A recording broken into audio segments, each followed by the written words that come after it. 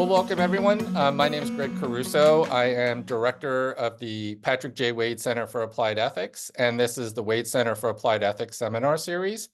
I'm just going to begin with a quick introduction about the Waide Center and what we do, and then I'll introduce our speaker for tonight. Just the format, the speaker, Jeff Moriarty, will speak for about 45 minutes, and then that will be followed by a question and answer period. It is set up like a seminar, so unfortunately we can't see the participants, but when it comes time to ask questions, if you could just use the raise hand function, I'll unmute you and you'll be able to ask your question to the speaker. Or if you prefer, you could type your question into the chat and I could read some of those to Jeff as well. So that'll be the format. Just a quick introduction to the Waide Center. We are an applied ethics center that seeks to advance learning, research, and dialogue about the leading ethical issues of our time. We have three core missions: curriculum, research, and outreach. The curriculum component is we offer applied ethics courses across the university here at Fairfield, and these include professional fields like business ethics, environmental ethics, healthcare ethics, ethics in communications, ethics in education, AI ethics, and a similar array of other applied ethics courses. We also engage in research, and we support research conducted by students, faculty, and outside scholars. And this series is part of our outreach efforts, which is to develop and facilitate a variety of programs to serve constituents both inside and beyond the university. A little bit about the series. So the Waide Center for Applied Ethics Seminar Series is a forum for building community and advancing research in applied ethics. It encourages jargon-free and supportive discussions that will be accessible to participants with interest in applied ethics, but who come from a wide range of disciplinary backgrounds. So we try not to, incorporate too much discipline-specific terminology. And we invite speakers in the series to present on either works in progress or recently published papers on topics relevant to applied ethics. And today's speaker will be largely talking about issues in business ethics.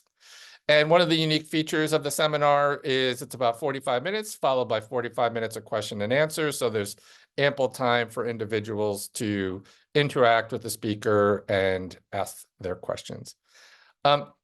I'm very excited today to introduce our speaker, Jeffrey Moriarty, who is professor of philosophy and executive director of the Hoffman Center for Business Ethics at Bentley University. He works mainly in business ethics, but also has interest in political philosophy. And his work focuses on questions of distributive justice in firms, markets, and states, as well as the ethical aspects of compensation arrangements, including executive compensation. And I just wanted to mention this book that Professor Moriarty has in business ethics. It's called Business Ethics, A Contemporary Introduction. I've read the book. I use parts of it in my own business ethics course. And it's a wonderful book for anyone interested in these issues of applied ethics and how they apply to the realm of business. Awesome. So again, thanks so much for joining us. This is a work in progress. I've been thinking about nepotism recently, and I'd like to get your thoughts on it. So the title of my talk is "When is Nepotism Permissible?" It's sort of, I think I told Greg it'd be "When is Nepotism Justified?" So this is in the neighborhood of that. Let me begin by just pointing out the obvious, which is nepotism is all around us. You find it in government.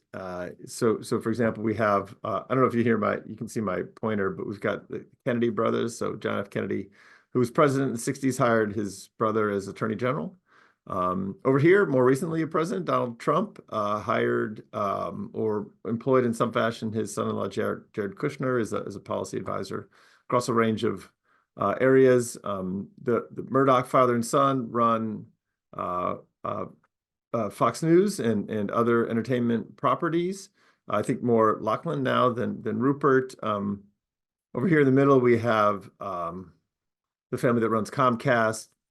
These are big corporations, but there's lots of small firms that are that engage in nepotistic hiring or small family businesses. So this is some electricians in my area, the Jimenez father and son team, back to large corporations, Henry and Edsel Ford. There's a show now about the Braden family in Houston who runs a real estate empire.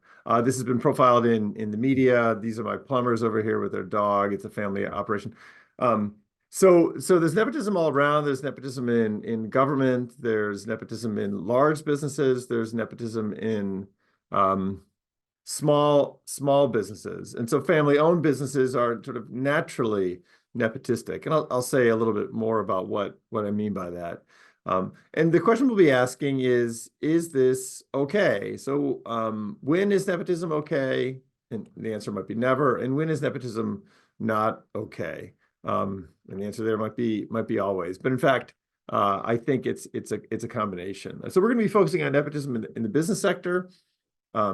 And that, so not so much the government.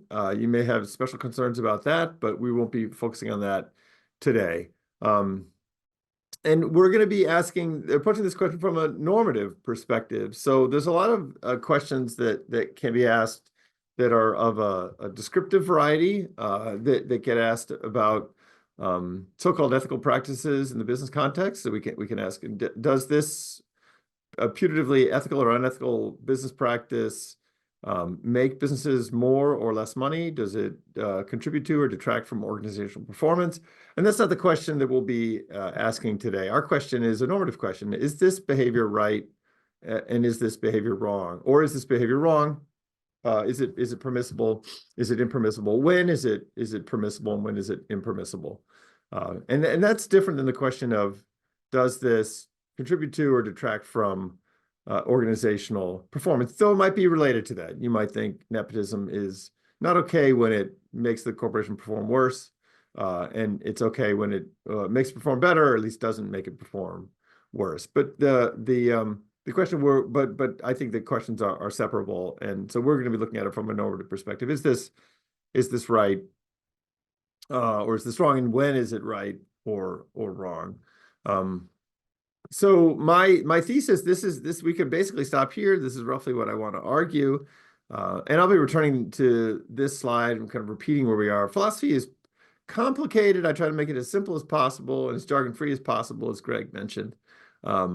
But it's always worth saying what I'm on about and where I'm going and where I've been. So this is where I'm going. I'm going to be arguing that nepotism is sometimes permissible, and that's especially permissible in small family-owned firms.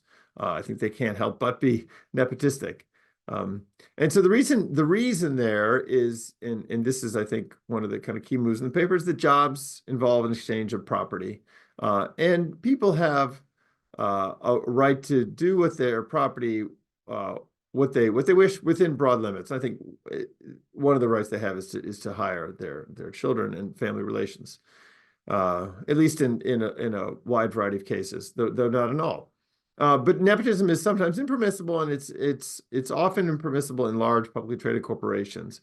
And there's a twofold reason for that. One relates to the reason I just gave, is that the ownership of large corporations is different than ownership of small businesses, let alone ownership of things like the computer that I'm using, or my car, or the clothes I'm wearing. It's different. It's less meaningful. It's less significant. The rights around corporate ownership are different than the rights around small firm ownership.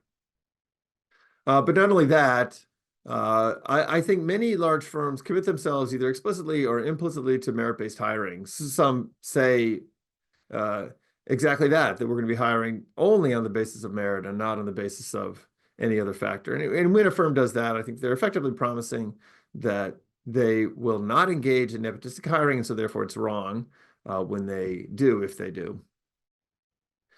So you may have been thinking to yourself before you enter the talk, well, this is in general what I think about nepotism, and now what I've said is that it's that what you think is correct. And I think what I'm defending is a view that I take to be the standard view, the view that most ordinary people, most regular people, the folk, as we sometimes say, think. So what's novel about the paper is try to articulate the reason for that. So if you look around in the philosophical literature, you find a lot of people arguing that jobs should go to the most qualified. And you yourself may also hold the view that, there's reason to give jobs to the most qualified. But if you think about it, that view is inconsistent with a lot of what we see as nepotistic hiring in the economy. A lot of these small family-owned firms. So my plumber, that's Freener company, that's a picture of their dog. It's a small family-owned firm. It's very unlikely that they hire people on the basis of purely on the basis of plumbing qualifications. They do it on the basis of family membership. So your view, if you have the view that firms should hire on the basis of qualifications, or the job should be given to the most qualified, is in tension with what I think is also a common view, that nepotism, especially in small family-owned firms, is permissible. So what I want to do is justify what I think is the common view, is that nepotism is sometimes permissible, especially in these small firms, but sometimes impermissible, especially in large publicly traded corporations. So I think that's a view that's widely held, though sometimes held together with views that are inconsistent with it. And what I want to do is try to explain why that view is in fact the correct one, or to give some reason for thinking that it's correct. There is not a lot of literature on nepotism in the philosophical world. There's a little bit of it in the management world. So in the organizational behavior literature, there is some discussion about nepotism and its effects on firm performance. The evidence seems to be that it can have negative effects on firm performance. That doesn't mean that the effects are so bad that the company's going to go out of business, but it does create some issues which savvy managers need to deal with. And that literature is relevant to the discussion today, but as I mentioned, it's not kind of all there is to it. Okay, so that's where I'm going to go. That's the thesis of the paper. And again, as I said, we could stop there, but let me now give you the reasons that I have for holding the views that I do. And I think the views that many people share, though I'm very interested in hearing whether you do in fact share these views, or if you don't, why you don't. We need a definition. So all good philosophical research starts with defining our terms, and sometimes this is easier than others. I think nepotism is a little tricky to define, but I offer you the following definition. So nepotism is the act of awarding scarce goods on the basis of personal relationships instead of merit, where merit is determined by factors like skill, talent, experience, training, etc. So merit is a complicated term. So if you press on it, it does kind of yield some puzzles.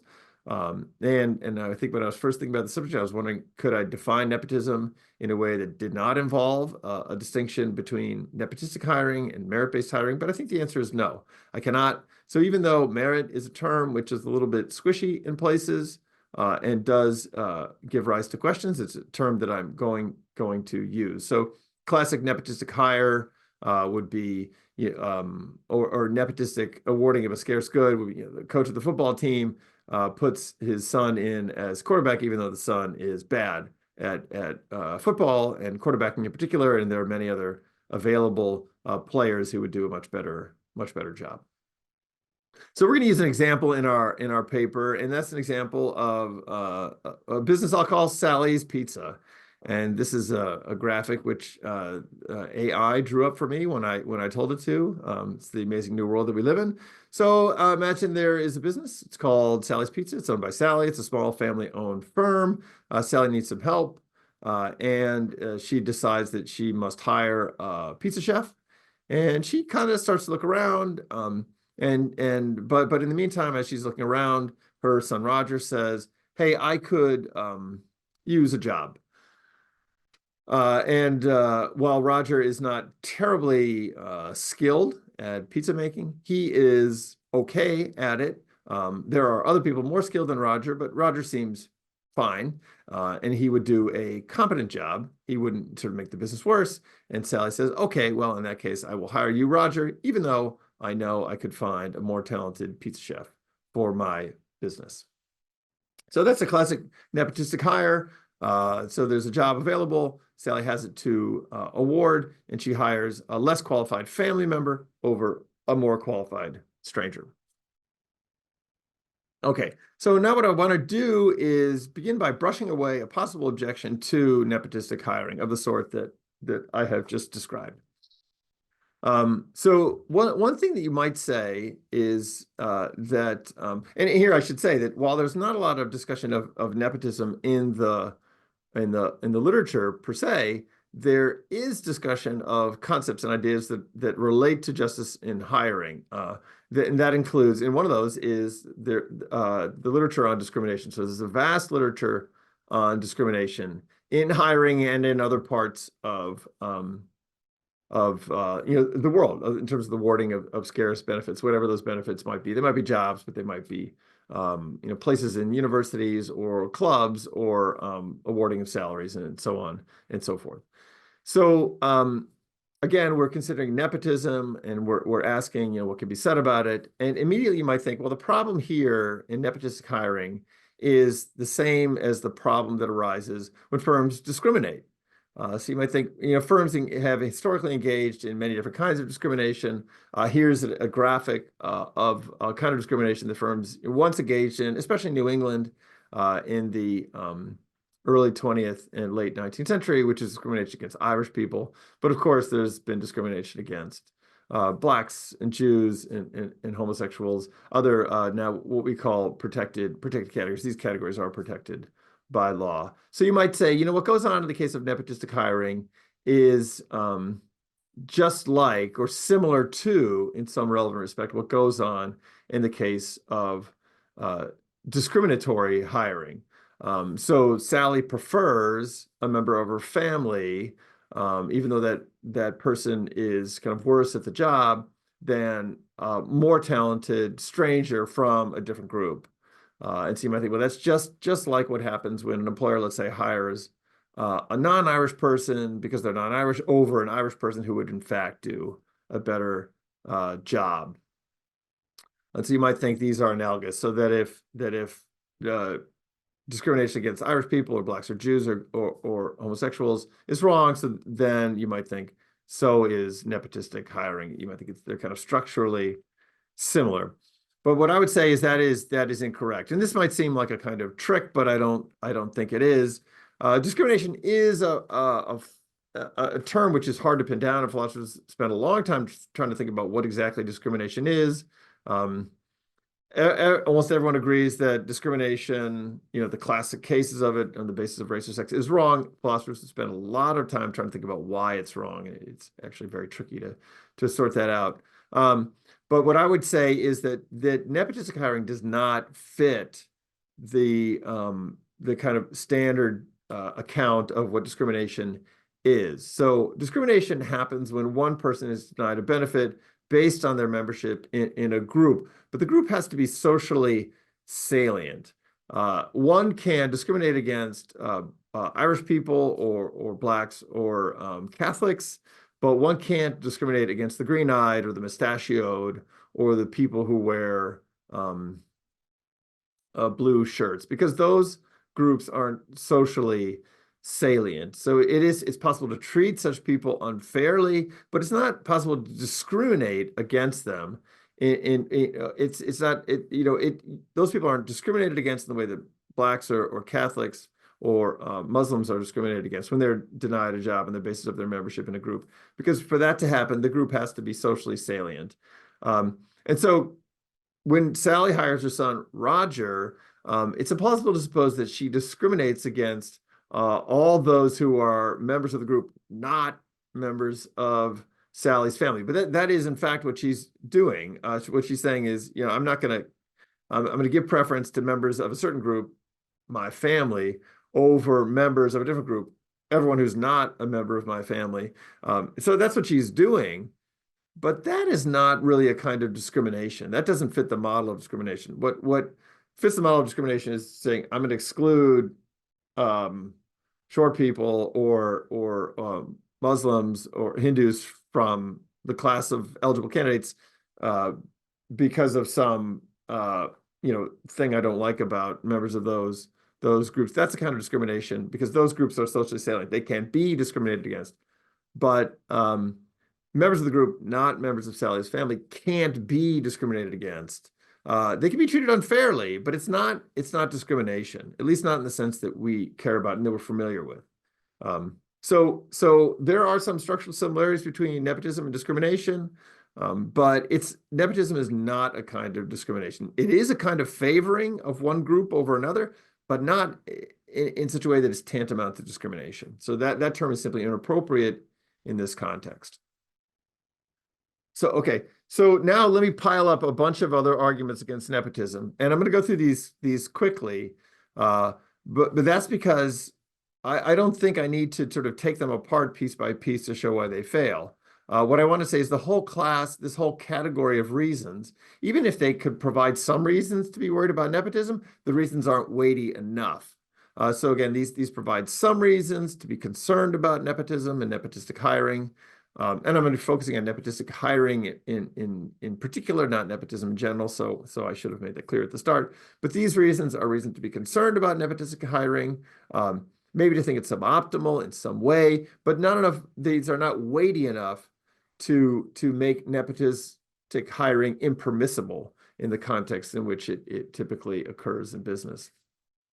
So a concern you might have about nepotistic hiring is that it's incompatible with equality of opportunity. So this is something that's an ideal that's widely shared on the right and the left, even though we might sort of have different interpretations of what equality of opportunity consists in. It's a view that most people would sort of accept, at least in the vague and imprecise way. And you might think, well, the problem with nepotistic hiring is that it is incompatible with equal opportunity.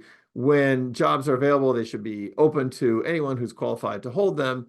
And when firms decide to engage in nepotistic hiring, when Sally decides to hire nepotistically in their pizza joint, then equality of opportunity does not obtain because the job is really only open to members of Sally's family and not to anyone else. And you might think it's not just about equality of opportunity, but of opportunity generally. So Sally's just hiring for one job, but if all employers in an economy decided to hire nepotistically, you might think, well, the problem is that people would simply have less opportunity to hold jobs. Not only would they not have equal opportunities, but they would just have less than the ideal number of opportunities. You might think next, this nepotism is bad for social welfare. So when firms hire nepotistically, then they're, by definition, as I said, hiring the less qualified over the more qualified, and so therefore the firms are less productive. And so we basically get fewer outputs out of the same inputs. And you might think that's just bad for society. If things go better, we learn in economics class, if in the economy we can transform the same inputs into more outputs, then if we can transform those inputs into fewer outputs, it's just the more productive and efficient the economy is, the better it is for everyone. And so you might think nepotism is bad for social welfare in that way because it leads to less production and therefore more expensive goods or less high quality goods. The pizzas are worse and more expensive because Sally hires Roger and not some more talented pizza chef. You might also think that nepotism fails with respect to personal desert. You might think that the most qualified applicant for the job deserves the job. Scholars have thought about this. Some people have made this argument. We have to figure out what desert means and what does it mean to be deserving of a job, such that the person who's most deserving should have it. But that's a view that is powerful to people, at least upon first glance. You might think, you apply to Fairfield, and this is an outstanding institution, and you've worked hard in high school, and you've gotten good grades and good test scores, and you might think, like, I deserve a spot in Fairfield, especially compared to somebody who has not worked as hard and who's not as talented as me. So that kind of intuition, insofar as you have it, might be what drives you to think that Sally does something wrong when she hires Roger over a more qualified person. You might think, Fairfield might do something wrong if they hire or they allow in a student who's less qualified than you are, because of some ideas about who deserves what. But what I would say to you, and this is a crucial move in the paper, what I would say to you is that those arguments don't work. And it's not because they don't provide some reasons to allocate jobs in a certain way. So in other words, I do think that considerations of equality of opportunity, of social welfare, of desert, actually give us reasons to think that what Sally's doing is suboptimal, or maybe not ideal. We might have some concerns about what she's doing. But what I think is the case is those type of reasons are simply not strong enough. They're not sufficient to outweigh the reasons that can be given in favor of allowing people like Sally to engage in nepotistic hiring, at least in normal cases. So that's going to be my argument. So yeah, we might be concerned about Sally and her nepotistic hiring for reasons of equality of opportunity or social welfare or desert. We might think, those give us reason to think what Sally's doing is somehow suboptimal. But what I think is those reasons are just not weighty enough to make it the case that what Sally does when she hires her son Roger as opposed to someone else is wrong or impermissible. So now we say, what are those reasons? And now I'm gonna give you my argument for thinking that what Sally does is permissible when she hires Roger as opposed to a more qualified pizza cook. Okay, so what can be said in defense of this? So here are two things that you might say that are very quick that you may not find very persuasive, but I'll say them anyway. So this happens all the time.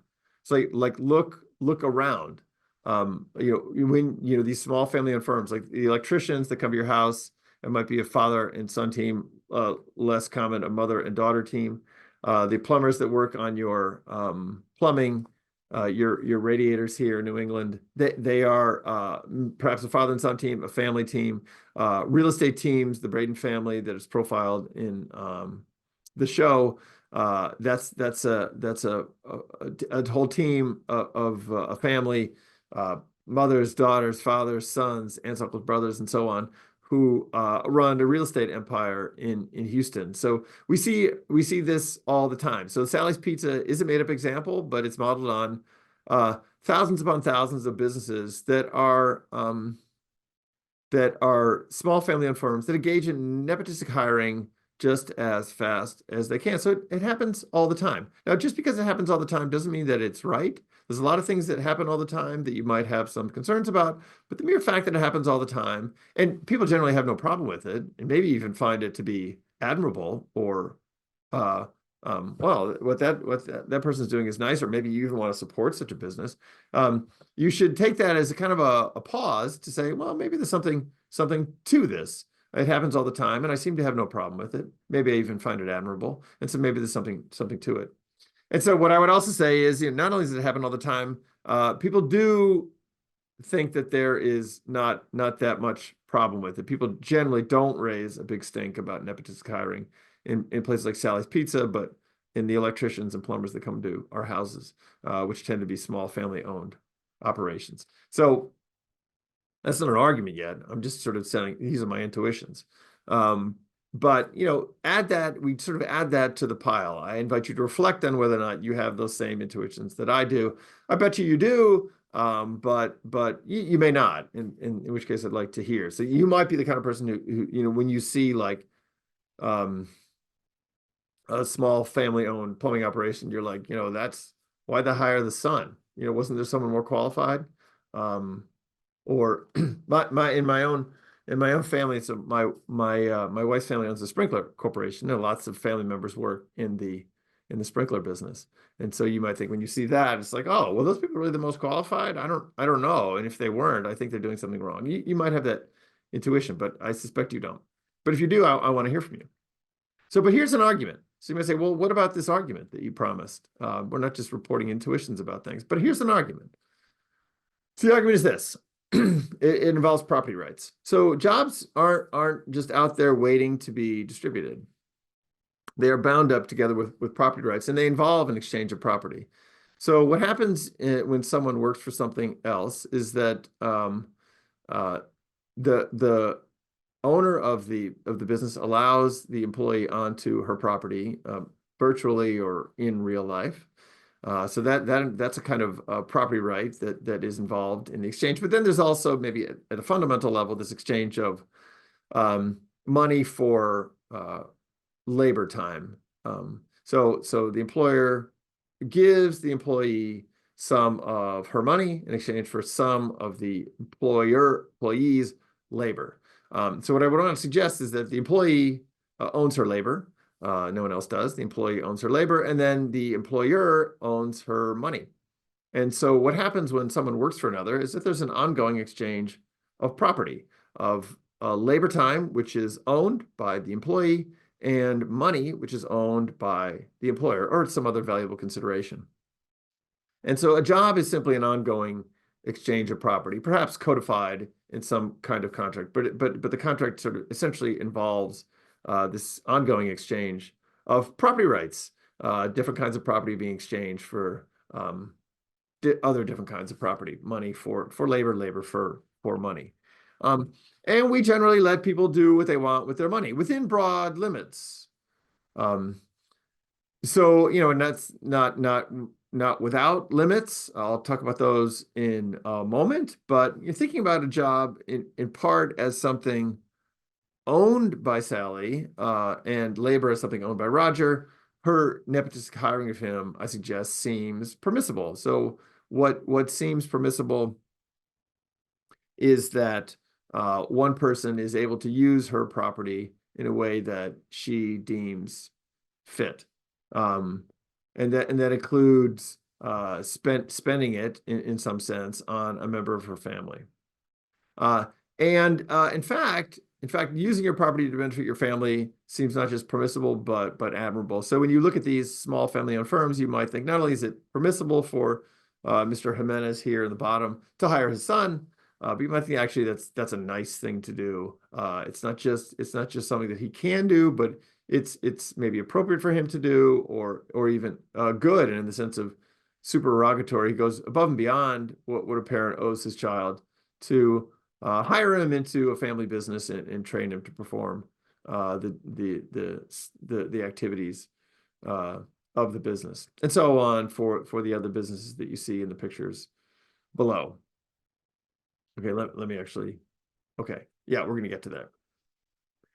But you might say here, and I just referenced this earlier, we put limits on people's use of their property, including their productive property, all the time. So I said, flying around between slides now, we generally let people do what they want with their money, and so that's why it's okay for Sally to spend her money, as it were, on Roger, as opposed to spending it on some more qualified stranger.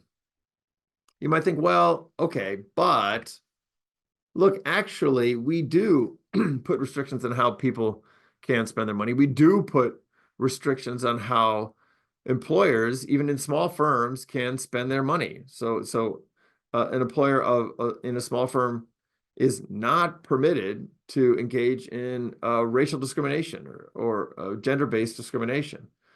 She's not allowed to hire only women and exclude all men from the workforce in her business, assuming that somehow it's not necessary to be female in order to perform the jobs for which she's hiring. We require employers to upgrade their facilities to meet health and safety codes, even if they would prefer to spend their money in some other way. Maybe even by hiring more people or paying them more. We say, no, you can't do that. You must spend your money in this way. We require employers to not discriminate against people with disabilities, but to spend money to make their workplaces accessible. So it's not that, well, you've got some money and now you can do whatever you want with it, including all these things, have an unsafe workplace, refuse to hire or accommodate disabled people, or discriminate against anyone that you want. So most people will accept all of these restrictions, except for the hardcore libertarian. So if you're a hardcore libertarian, you will think, maybe a lot of these limitations on the spending of private property, including protected property, are unjustified. You might think, no, the employer should be permitted to engage in discrimination on the basis of gender or race or ethnicity, or not hire or accommodate disabled people, or not upgrade the workplace to meet certain health and safety codes. So you're of course you'll think nepotism is fine. So I'm now speaking to the people who would embrace those restrictions. What I would say is nepotism is not like those other kinds of restrictions on the spending of property by employers on employees. So, and I don't have a principled distinction between them. I simply now will invite you to reflect on intuitions you have about how people can spend their money on members of their family. So, what I would say is that restrictions must be handled on a case-by-case basis, weighing reasons for restrictions against reasons for freedom. But consider those reasons that we gave against nepotistic hiring, quality of opportunity, or social welfare, or desert. We don't typically consider those weighty enough reasons to infringe on people's freedom to use their property as they please. So here's an example. I am permitted to send my child to an expensive summer camp, even if it would deny some other child a chance to attend that camp. That might be an opportunity or an equal opportunity concern, or some other child would enjoy it more, or some other child deserves it more. So yes, there are reasons um, to be concerned about nepotistic hiring. Maybe there are reasons to be concerned about accommodating disabled employees, or reasons to be concerned about racial discrimination. But the reasons to be concerned about nepotistic hiring, reasons of opportunity, welfare, desert, typically aren't weighty enough in if we reflect on moral practice, to outweigh the permissions that we have to spend our property in the way that we want. And I think I want to sort of highlight the idea that a job is an ongoing exchange of private property. Some of you might think, you know what, actually, this is convincing me that a job is not an ongoing exchange of private property. And I want to hear from you, because I think that's an important objection. I'm not going to pay a lot of attention to it. But if you think that a job is an ongoing exchange of private property, and that's what's really going on when a parent offers a job to a child, then you'll think that there's not a lot that can outweigh that. So you might think, look, okay, I could pay for my child to attend a summer camp, even if some other child deserves it more or would get more out of it. Or if I take that spot, someone else won't have access to a spot at summer camp. I mean, I assume that most people think that's true. So I pay, at least once upon a time, not so much anymore, I paid for my children to attend summer camp. But I don't think they were the most deserving of going to that camp. I don't think they got more out of it than lots of other kids. I think lots of other kids would have benefited more, but didn't have an opportunity to go. But then I still paid for my child to attend camp, as opposed to pay for some other stranger child who would get more out of it. And I think that was an okay thing to do. And I think most people do, though not everyone. But you might think, well, like that's not really a significant benefit. So when you're giving somebody a job, you would say that's a really big deal. That's really major benefit. And that can't just be given out to anyone. The summer camp, sure, that's fine. You're allowed to, let's say, buy your child an ice cream cone, as opposed to some stranger child who would enjoy the ice cream cone more, or who has like done more to deserve it. But and maybe that reasoning applies to the summer camp too. But we're talking about a job. You might think I'm talking about something big. And then I just can't invoke private property rights. I have to rely on things like social welfare, desert, or opportunity. But I would say, intuitively, that just doesn't work for me, and I don't know that it works for you either. So am I allowed to purchase my child a car, even if someone else would get more out of it or deserves it more? Or if my buying the child a car would diminish someone else's opportunity to own a car? I think so. Am I allowed to pay for my child to attend college as opposed to some other child who deserves to go to college more than my child? I think yes. Am I allowed to donate a kidney to my child as opposed to a child who deserves the kidney more? I think yes. I'm not sure exactly where to get off the boat here. I'm not trying to go full libertarian here, though maybe you'll be persuaded that I am. I don't think of myself as a libertarian, but it seems to me that people have broad freedom to spend their money and time on their own children as opposed to other children, even if those other children might have, in some objective sense, a stronger claim on your money and your time. I think, I have limited money and time. I think I'm allowed to spend on my child, even if some other child deserves it more. I'm not sure how that would work even, but suppose they did. So suppose some child would get more out of spending time with me and getting more out of my money. I could see that than my own children. I think they probably don't have a right to my money and time. Okay, so let me sum up what I've argued so far here. I think I'm about 36 minutes in, Greg, so I'll go for another 10 minutes. Does that make sense? Sounds good. Cool. So I've argued that nepotism is sometimes permissible. And I've argued that it's permissible in the case of Sally's Pizza and analogous cases like that. That's a lot of small family-owned firms. Uh, there's I've highlighted lots of reasons to be concerned about nepotistic hiring, reasons of opportunity and desert and welfare. I think the people who say that it's analogous to discrimination are barking up the wrong tree. I think it's not, but you might be concerned about nepotistic hiring for reasons of opportunity, social welfare, and desert. But what I would say is those reasons just typically aren't weighty enough to swamp or trump the property rights-based permission that people ordinarily have to spend their money as they see fit. And that's what a job is. It's an ongoing exchange of property. So people are allowed to spend their money as they wish. They're allowed to give a job at their business to one of their children, even though that does maybe come into conflict with opportunity, desert, and welfare. But what I want to briefly argue next is that nepotism isn't always permissible, and in fact, it's going to be impermissible in many large publicly traded corporations. So I don't want to go kind of full nepotism across the entire economy here. You might be very worried about that, but I think actually we can account for being worried about nepotistic hiring practices across the entire economy, because I think in a lot of large publicly traded corporations, nepotistic hiring would not be permissible. So there's a picture of I felt like, who doesn't want to see a picture of a dog in a philosophy presentation? No one. So why is it the case that nepotism is often impermissible in large publicly traded corporations? So the first thing I want to say is I want to undermine slightly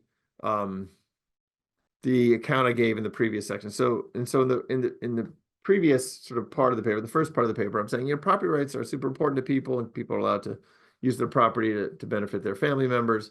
But property rights in the corporation are different than the kind of property rights that are at stake in the owning of small businesses. So firms don't own, people don't own, I should just say corporations in the way that they own small businesses. So some people think the corporation is unowned. Other people think the corporation owns itself. I think that's a view that Lynn Stout made famous. Other people think, I think the standard view in a business school would be that the corporation is owned by the shareholders. But if the shareholders do own it, and that's a view that's plausible, certainly has many adherents, they own it in a different way than somebody owns a small family-owned business, and certainly a very different way than you own your car or your shoes. And I think, and maybe this is the more important point, it's not just that ownership is different and ownership rights are different at the corporate level than at the small business level.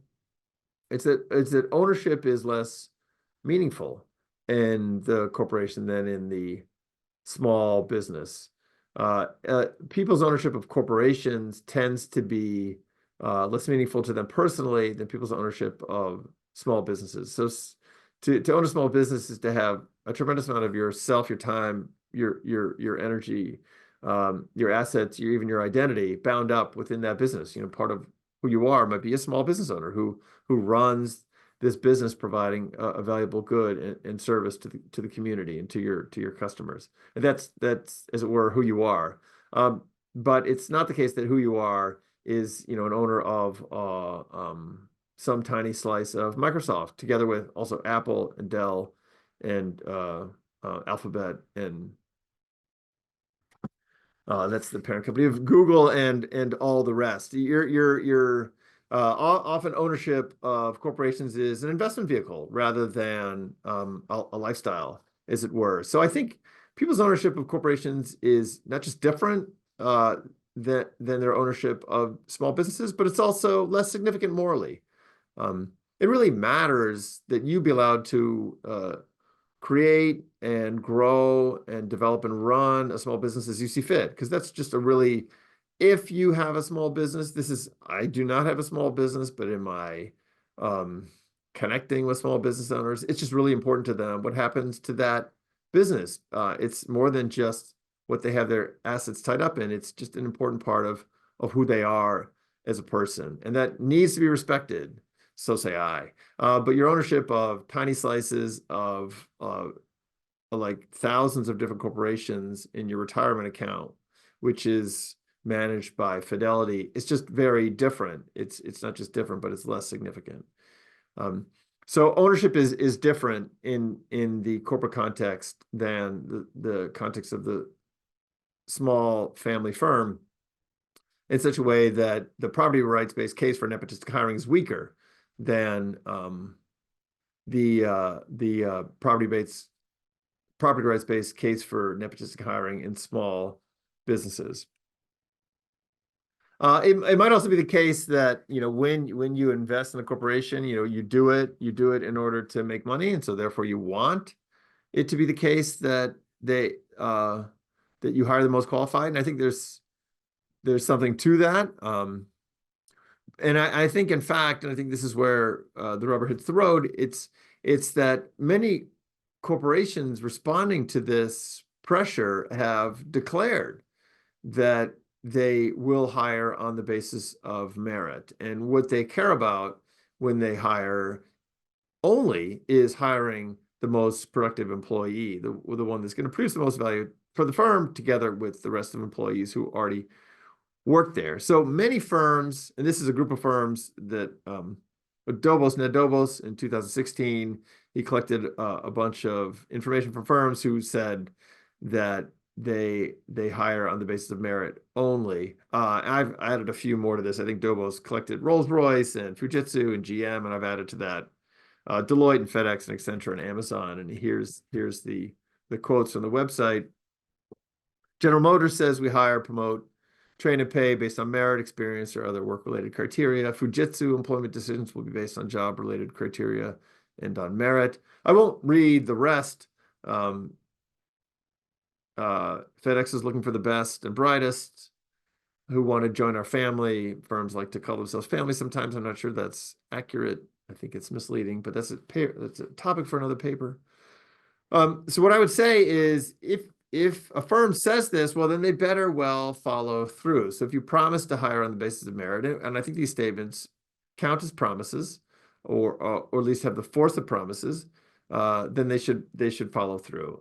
You can be sometimes justified in breaking a promise in exceptional circumstances, but one of them is not wanting to hire a less qualified family member as opposed to a more qualified stranger. So if I promise Greg that I'm going to give this paper at 4 p.m., and then eventually stop talking, then I should keep that promise. But if something comes up and there's an emergency, I got to take my child to the hospital, then it's okay for me to break that promise. Greg is still put out by that, but my actions would be justified. But if a firm promises to hire the most qualified and then decides, no, actually, I want to hire the CEO's daughter, then that would not be a justified move. You can see why somebody would do it. Maybe they're excused, but they're certainly not justified.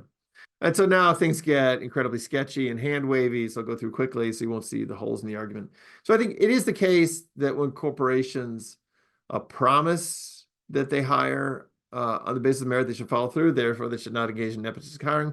But I think a lot of firms create expectations in current and future and prospective employees that they will hire on the basis of merit, as determined by skills, talent, training, and experiences, as opposed to family connections, based on how they write job descriptions, mentioning all these factors and not family connections, and embracing the goals, the achievement of which requires hiring the most qualified people. That's maximizing revenue or market share. If you say that's a big deal for your firm, but then you turn around and hire people who are less qualified, then we might think that you're sending mixed messages, that you're doing therefore something that is in the neighborhood of deception to prospective and current and future employees. Okay, so let me just briefly summarize what I've said and then stop talking. This paper has been about nepotism, which we find all around us in business and in government and the sports world and in much else. And what we focused on nepotism in the business world, and I've argued that it's sometimes permissible. It's sometimes permissible in these small firms that are owned by families. They engage in nepotistic hiring. And I think basically that's fine. There are reasons to be concerned about nepotistic hiring, and I've surfaced those, but I think the reason it's fine is because jobs involve exchanges of property, and people are allowed to do what they want with their property within very broad limits. You might think there are better and worse uses of property, but people are generally allowed to do with their property what they want. I'm allowed to pay for my child to go to college, my child, as opposed to some other stranger child who's smarter than my child. That is okay, I think. But nepotism is sometimes impermissible in these large publicly traded corporations. It's not just that the property-based case in favor of nepotistic hiring is weaker in that context because of the nature and significance of corporate ownership.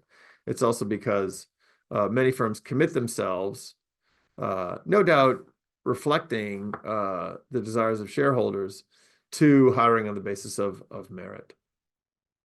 Again, I think this is the view that many people have, maybe most people have, about nepotism in the business sector.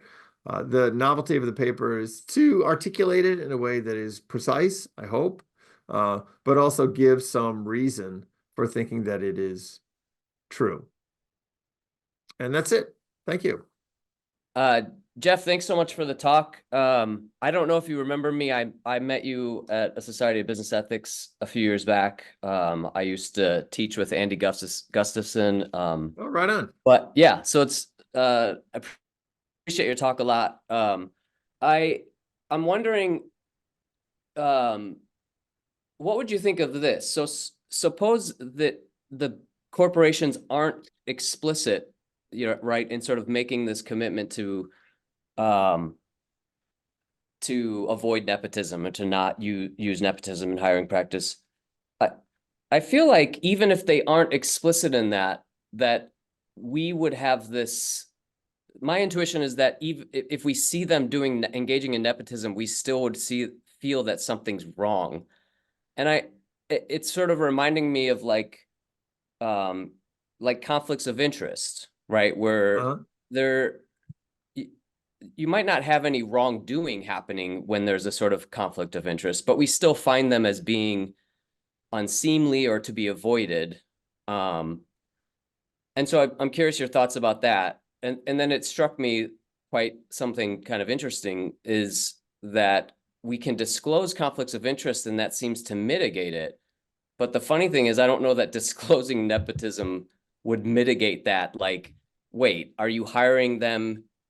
Because I mean, sometimes maybe the best candidate is the family person, even at the bigger corporation. But there still would be this, again, similar to the conflict of interest, this sort of like worry or concern that like, it's just not clear that, are you hiring the best person or hiring them just because you're a family member? Does that make sense? Yeah. So let me say a couple things. Yeah. In cases where the best qualified person is the family member, what I want to say is that's not nepotistic hiring. I mean, you might think that's kind of a trick, but I'm not trying to be tricky. I actually find it, so the concept of nepotism, maybe like all normative concepts, is vague, especially maybe thick normative concepts like nepotism, which has this kind of valence of wrongness. Not kind of, but does. So I define nepotism as hiring a family member over a more qualified stranger, hiring on the basis of family membership instead of merit. So if Murdoch is in fact the most qualified person to run the Fox media, then that's not a nepotistic hire, even though it's a hire on the basis of family ties. Although uh, I'm not sure exactly how much they overlap. They're just something handing off of the business from father to son. So I would say that's not nepotistic. And there may be many cases where you might think actually in this business setting, it's useful to have people working well as a team, and who better to work well as a team than the members of a family. Now, those of you who come from certain kinds of families might be thinking, oh my God, I can't even imagine trying to work harmoniously with my family members that just not work at all. And that may be so, but maybe there's certain contexts where family membership is an asset. It's a genuine qualification or skill that contributes to the functioning of the firm. I think there's a lot of research on nepotism. When firms reach a certain size, nepotistic hiring starts to be very complicated and give rise to feelings of jealousy and conflict and lowers organizational performance because people spend their time running around trying to cultivate good relationships with the people who make decisions as opposed to doing things that are productive for the firm. So that's one thing. The other thing is, insofar as a big corporation decides to engage in nepotistic hiring, maybe openly, and just doesn't kind of create reasonable expectations that they aren't going to do that, but just say like we're about nepotism here in this place. And so we would have some qualms about that. And I think what are the qualms? The qualms to me are the I would think would be expressed in one of the three or maybe even four ways that I identified in the paper. You might think, well, we think it's like bad from the point of view of social welfare. The firm is going to be wasting society's precious productive resources. You might think it's bad in terms of desert. You might think the job should go to the most deserving. You might think it's bad in terms of equal opportunity. People are being shut out of even competing for jobs just based on the fact that they were not born into that family. And then possibly you might worry that it's a kind of discrimination. So I mean, I think those are reasons to be concerned about nepotism. I think in the case of these small businesses, they're not weighty enough to outweigh the rights-based permission that people have to use their money as they want, including to hire their relatives. But I think those are, insofar as people are concerned about nepotistic hiring in corporations, I would think they'd be concerned about it for any one of those reasons. But if you think there's other reasons, I would be interested in hearing them. I could double back, Eric, if you let me. Yeah.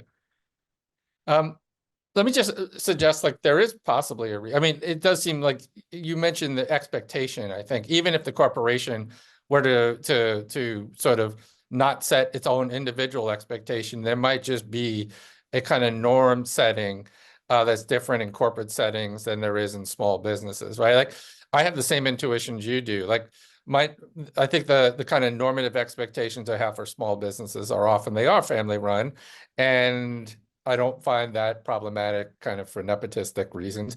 Whereas for corporations, I have a kind of different expectation and norms. And so even if an individual corporation doesn't have in their mission statement a kind of merit-based hiring practice, I think we could argue that there's a kind of norm expectation in those kind of cases. That I think that tracks my own intuition about things. So when I apply for a job at a university, or when relatives apply for jobs at firms that are not family-owned firms, like small firms just run by a family or mostly run by a family, I expect them to hire on the basis of qualifications. But I think to some extent it's from like the job ad. It doesn't mention family membership, although you might just say, look, that pushes it further back. You might say, I expect corporations to write job ads that just reference the qualifications and not family membership. But I think so. I do think that if a large corporation, which was still, maybe it was publicly traded, but the family had a controlling share of it, and they wrote a job ad, they said, we're going to take family membership into account. I tend to think, wait, I don't think this contradicts myself. I tend to think that would be okay. So if Walmart, which I think is the Waltons still have a big stake, Comcast is similar. And the Roberts family runs that show. And it was passed down from father to son. Fox News is, I think, still a big chunk of it is owned by the Murdoch family. And of course, the Koch empire in Kansas, the conglomerate based in the Midwest, mostly owned by the Koch family, I think privately held, in fact. If they decided that this is the way going to do it, I think that would be fine. I think that would be okay. We might not expect them to do it. We might say, well, this is unusual, but I'm not sure there's actually, I think that expectation would be unreasonable in that context. If they didn't do anything to encourage it, we might think, normally corporations don't do that. And, we might think there are reasons of, kind of roughly capitalist-based reasons for firms not to do that, because look, if they want to attract investment, if they want to compete in competitive marketplaces, they kind of have to hire not just people who are competent, but people who are the best that they can find, at least that work well with other members of the team. So the whole system that we built encourages firms to hire that way. But if a firm, even a large firm, decided that it didn't want to and made that clear, I think that would be okay. I think, as a matter of fact, many firms don't for capitalist-based reasons. But if a firm wanted to do something different and felt they could get away with it in terms of like still being able to compete and survive, I think that would be fine. I push back on the definition. So Yeah.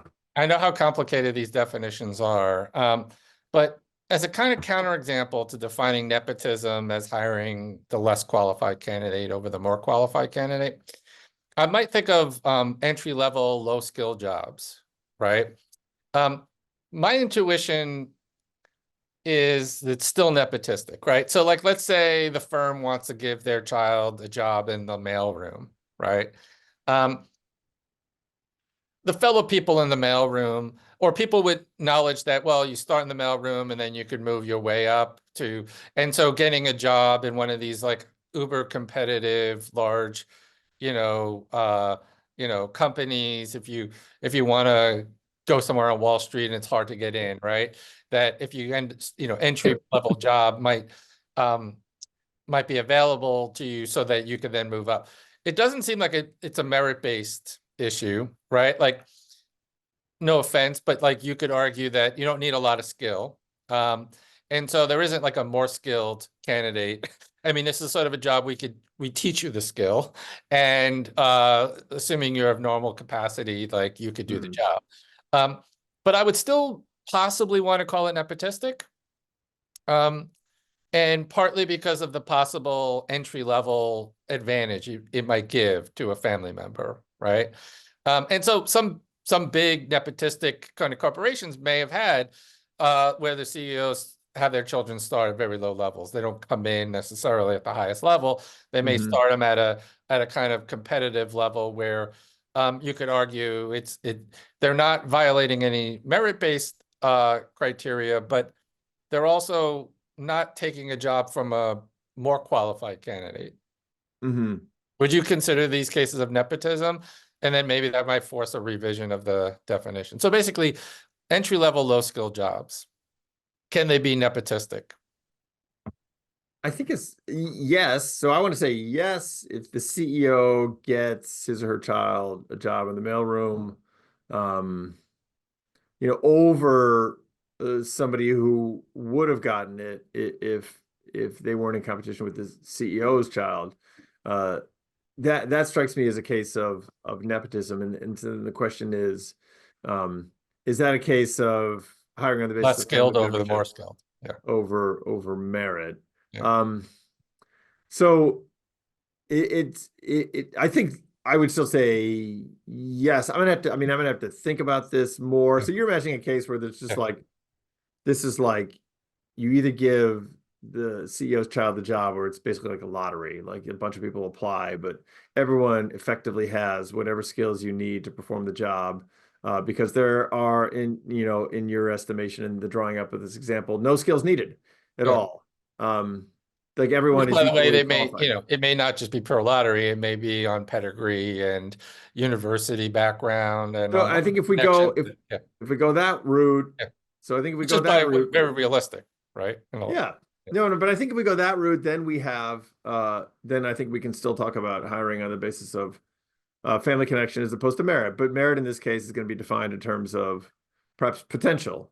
So normally the mailroom job would go to the person who, I guess, if we're imagining, potential, who graduated from a fancy Ivy League school or whatever we think is a good substitute for potential, or who graduated college while also working 40 hours a week in a restaurant, and also climbed Mount Everest in their spare time, and also descended into the Mariana Trench.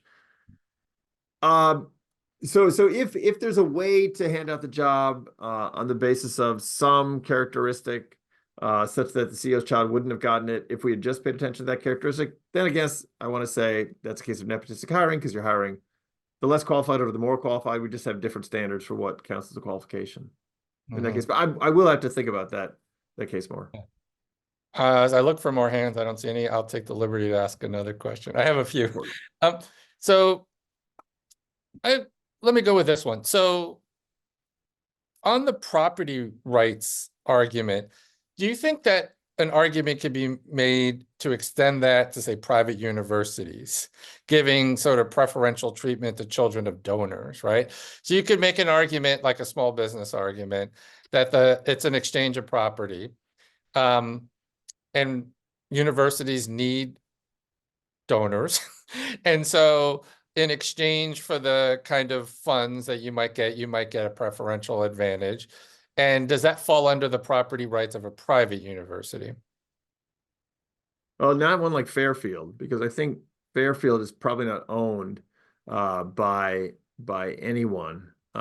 Maybe Fairfield owns itself, or maybe Fairfield is unowned. Fairfield is probably controlled, I'm just guessing now, by a board of trustees. But they're a nonprofit, and so I think their status is, I don't think they're owned, or if they're owned by anyone, they own themselves. This sounds like a paradox, and I don't look. I think if there's like a lawyer on the call, they would say like, "Hey, you don't know anything about legal forms," and they would have a point. But I think in a true private university, maybe like the University of Phoenix. I don't think that's. I mean, I think it's a publicly traded corporation, or maybe Grand Canyon University, where these are different than a nonprofit like Fairfield or Bentley. But it is privately held. I think, yeah, they would just be able to. I mean, if they say, look, these are the standards we use to admit people. A lot of colleges say, this is what we look at, and then they're setting themselves up for a charge of being misleading or deceptive. If in fact one of the criteria isn't, are you related to one of the owners? But insofar as that is one of the criteria, then I think they're in the clear. Okay, that's interesting. Yeah. Any questions? Let me go back. This is kind of Greg, sorry. Yep. Can I follow back to? I just wanted to see, Jeff, if you agree that there's something related to conflicts of interest in terms of our intuitions when it comes to nepotism. So what are the interests you that are in play in your mind? Well, I was thinking of, even just with your definition, right? If you're awarding it on the basis of personal relation instead of merit, so in these corporations, we would have this, again, this expectation that it's being awarded impartially, right, on the basis of merit. But the point is, every time they hire someone who is, with personal relation, even if it wouldn't fit your definition, since you're saying like it's built in, like it's definitely awarding it, right, based on personal relation, if I'm understanding you right. So it still would be viewed, and this is, I think, how a lot of conflicts of interest work, as being an awarding of personal relation, or like, so they got the job, suppose, by hypothesis, right, we're going with they are in fact the best qualified, it still gives this sense that they're just this unclear or ambiguity about it. Like, did they get it because they're the best? And I just want, so, and then similar to conflict of interest, right? Then that sort of kind of can corrode trust, right? Just at large. So Mhm. what do you think on that? Yeah, so let me say a couple things and see if either is responsive to the second point. I do think that there is research that shows that in firms where there is nepotistic hiring, where these are typically maybe small to medium-sized enterprises, that it can be a problem. I have some references in the paper, but it needs to be handled very carefully. It can lead to problems when it appears that one person is gaining advantages, promotions, pay raises as a result of family membership, as opposed to productive behavior for the firm. It can lead to Sure. shirking. It can lead to sabotage and intentions, increase in intentions to quit, and all the rest. And so, yeah, this could be a serious problem. So I mean, I think that's the point. Goes to the point of is this a good idea for firms? Is this a good strategy? And for that reason, it may not be. Even if a person has a right to do it, maybe they shouldn't do it. So as far as the conflict of interest, like a person hiring who is kind of related to one of the candidates and who is charged with hiring the most qualified, that person certainly is in a conflict of interest, because on the one hand, they have an interest in promoting the welfare of their family member. Right. And on the other hand, they might be charged with hiring the most qualified. So that clearly that person has a problem. So that's why, if a firm wanted to hire on the basis of qualifications only, they shouldn't put somebody who's related to one of the candidates in the pool in charge of the hiring process. You're right. But we're kind of, I'm trying to get at the kind of prior question, I think, of whether or not it's even legitimate to consider family membership in the hiring process, whether that's one of the things that we should evaluate any candidate on. And if we decide that it shouldn't be part of it, then then we need to deal with conflicts of interest in the process and how to handle them when somebody applies for a job in a firm in which one of their relatives works, which happens all the time. We have another question, so I'm going to go on to David Schmidt. David, you should be able to. Yeah, I've just unmuted, so I assume you can hear me. Yes. Great. Jeff, I'm going to apologize by saying that another obligation at the university prevented me from hearing the first part of your presentation, but maybe that gives me permission to come in with an off-the-wall question or an observation. Perfect. My observation is, and I'm a faculty person here at the school, my observation is this: in most business ethics textbooks I come across, the topic of nepotism very often comes up in a discussion of the ethical and business frameworks that you see in different cultures. Mm-hmm. The question is, if you see a practice that looks like nepotism in India or in Asia, how are we supposed to assess that from where we stand?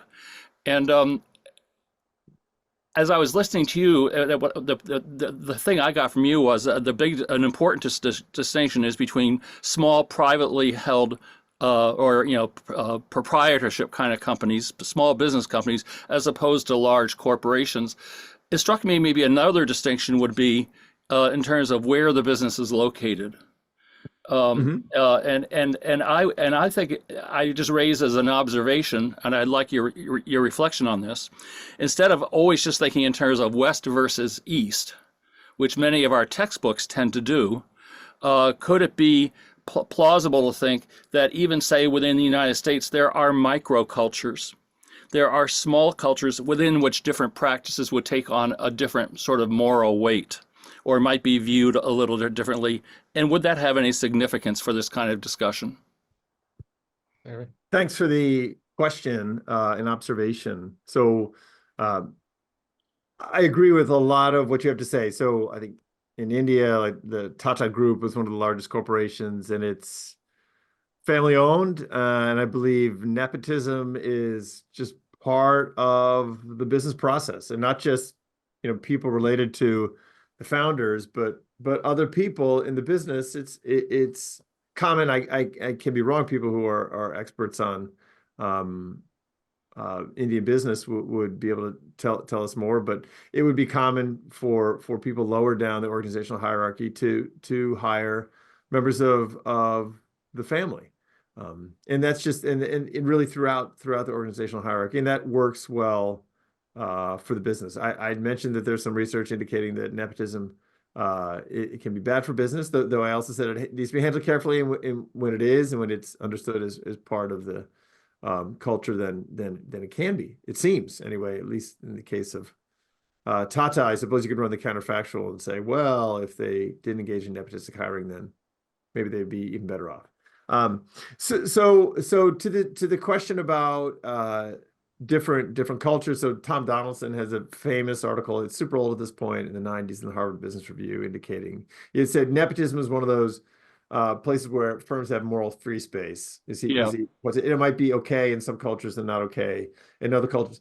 In general, what I want to say is nepotism is permissible. Sort of like the default view is that it's okay. Now, a firm can decide, look, we don't want to run ourselves that way. This is not who we are. We're not, our shareholders want us to hire the most qualified, and that's what we're going to do, and we're going to advertise that. And when a firm commits itself to that, then, and maybe many firms in a certain culture do, maybe all the firms in the Netherlands embrace that ideology, or maybe all the firms in New England embrace that ideology, then they now have an obligation to follow through. But maybe there are other cultures, maybe it's the South in the United States, maybe it's, India, to pick a country in Asia, where it's not just permissible for firms to engage in nepotism, but they explicitly make it part of their culture. Maybe they sort of say in statements, this is who we are and what we're going to be doing, or they imply that it is the case, or they simply do it and it's accepted and talked about as normal by stakeholders in the organization. And then I think in that case, it is fine, because it's fine as the default, and they haven't tried to move themselves off their default. So I want to take on board a lot of what you said, David, and just kind of add to, we can understand that it's okay. It might be culturally variant, but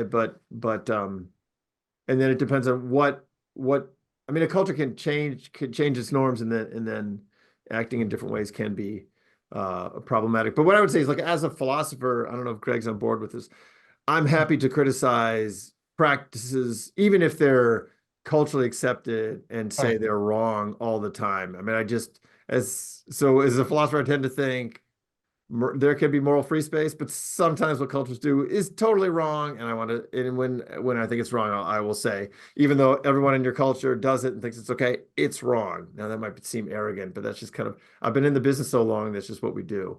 And historically, I'd like to say everyone thought, slavery was okay for thousands of years, and that was wrong. And especially if we're dealing with something really egregious, say like slavery or child labor, I think we're more comfortable in making those kinds of sort of universal judgments. And then I guess we're close to Donaldson's super norms that he would talk about. Yeah, that's right. Maybe but maybe nepotism is a little. I mean, it's not in the same category as torture or slavery. It's you can work with that a little more, or be a little more flexible, perhaps. Yeah. I mean, I think that's a nice point. I thank you for pointing that out. I don't know, and it occurs to me that, oh yes, I did. I'm looking at my paper. I do have Donaldson cited, but I think he's got the right view. I wouldn't go with. I'm not. The framework he uses is not one that I would use, but I think I'm arriving at a similar conclusion. Thank you so much. Maybe I'll take the liberty to ask the last question and follow up on David's point. He made me think about, so there were these kind of microcultures and then sort of broader cultures. It made me think, are there other arguments, especially for the small sort of family-sized businesses, that that maybe either supplement or can work just as well as the property rights kind of view? So I'm thinking of maybe special duties to families, right? And so the reason I connect that to the cultural stuff is that you might think there might be different cultural norms in terms of like how we see individualism versus collectivism, and then how those different cultures may interpret special duties to their own family members, right? And so I wonder if you could ground an argument, especially, I mean, more so for small businesses, right? In something like a special duty to family, rather than just a pure property rights view. And I'll just add one more thought to that, which is, in a lot of the small family-run businesses, you're not talking about a fixed number of jobs, in a sense that it may be that if I hire a family member, I'm not taking a job away from some other candidate that would have had it if I had not hired them. It might be that I hire my own child because I'm preparing them to take over the business, or I'm hiring my own child to provide them with a skill set, where I may not have hired anyone. So it's not even a kind of competitive kind of thing. Is there something in terms of unique or special duties to families that could be used in that kind of context? Yes. So I think that complements I would like to take that on board as complementary to the argument I'm making in the paper. So I think parents have duties to care for their child, and these can be discharged in a variety of ways. And in fact, I think one of the ways that a parent can discharge duties to his or her child is to offer them job training, offer them a job. I mean, that's a particularly generous way of doing it. Maybe the child won't always feel that generosity when they're, toiling away at whatever job the parent has for them as part of their business. But there's a sense in which it's a gift. It's one of the ways that a parent is caring for the child. And so I mean, I think, look, there's a lot of things that parents can do to discharge their duties to care for their children, meet their basic needs, and prepare them for a productive and happy future. Pay for schooling, send them off somewhere to acquire a set of skills that they can use for a different employer. But another way they can do it is to employ them in a business that they happen to own themselves. So I think it's one of the ways that they have of discharging their duties. And I think it's even supererogatory in the sense that it's above and beyond the call of duty. The parent is doing something that they don't have to do, but it's is very nice for them to do. So I'd like to take that aboard as a compliment. So not only is it permissible, but it can be a way of discharging duties they have, and it can be a very generous way of doing so. Well, thank you very much, Jeff, and thank you for your time, and thank you for everyone for hanging in there and staying online. So look forward to seeing some of you at the next event, and thank you for a really wonderful talk. Awesome. Hey, thanks everyone for your time, and really appreciate those comments. And if you have anything else, you're welcome to contact me, and we can chat.